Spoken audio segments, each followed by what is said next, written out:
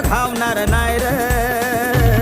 संविधानाला वाचून पाय र भीम अजून जिवंत हाय र संविधानाला वाचून पाय र भीम अजून जिवंत